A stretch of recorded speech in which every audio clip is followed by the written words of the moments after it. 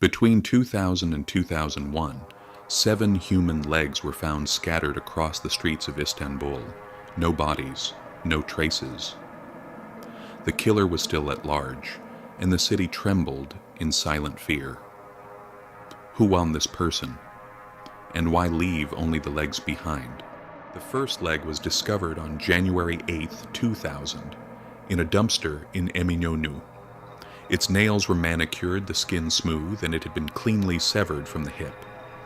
Forensic experts determined it belonged to a woman, aged 26 to 27, and that the cut had been made within the past 1 to 3 days.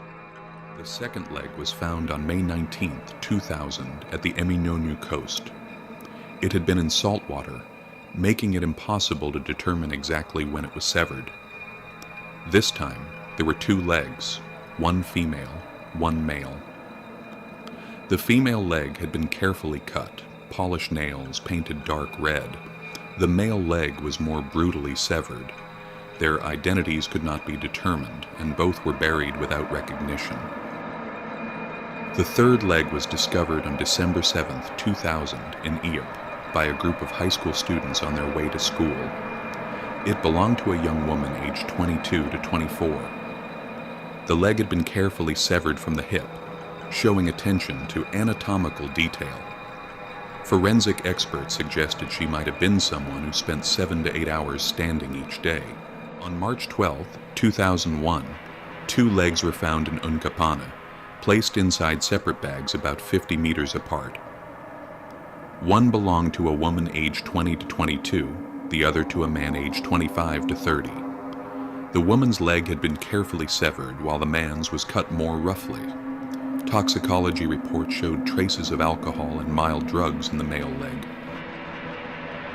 On March 22, 2001, another leg was found near the historic Tunnel district in Beyoğlu. This time the victim had a name. She was a 22-year-old law student named Yasemin. The leg had been severed cleanly from the hip, precise, controlled, almost surgical. Whoever did this understood anatomy. This was not rage. This was method. Forensic analysis revealed something colder. Before being discarded, the leg had likely been kept in warm water, possibly inside a bathtub, allowing the blood to drain away.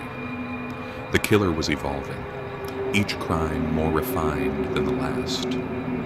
2 days later, Yasemin's bag was discovered in a nearby park. Nothing inside had been taken, except her phone. Days passed. Then, 4 days after she disappeared, the payphone inside her dormitory rang.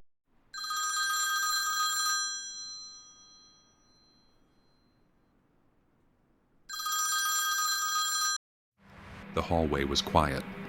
Fluorescent lights flickered softly above. A student answered.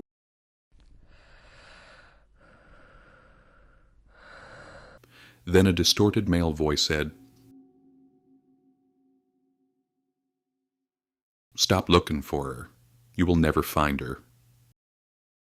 The line went dead. 2 minutes later, it rang again. Same voice, same message. The caller knew where she lived. He knew they were searching, and he wanted them to know. It was already over. This was not a body left behind.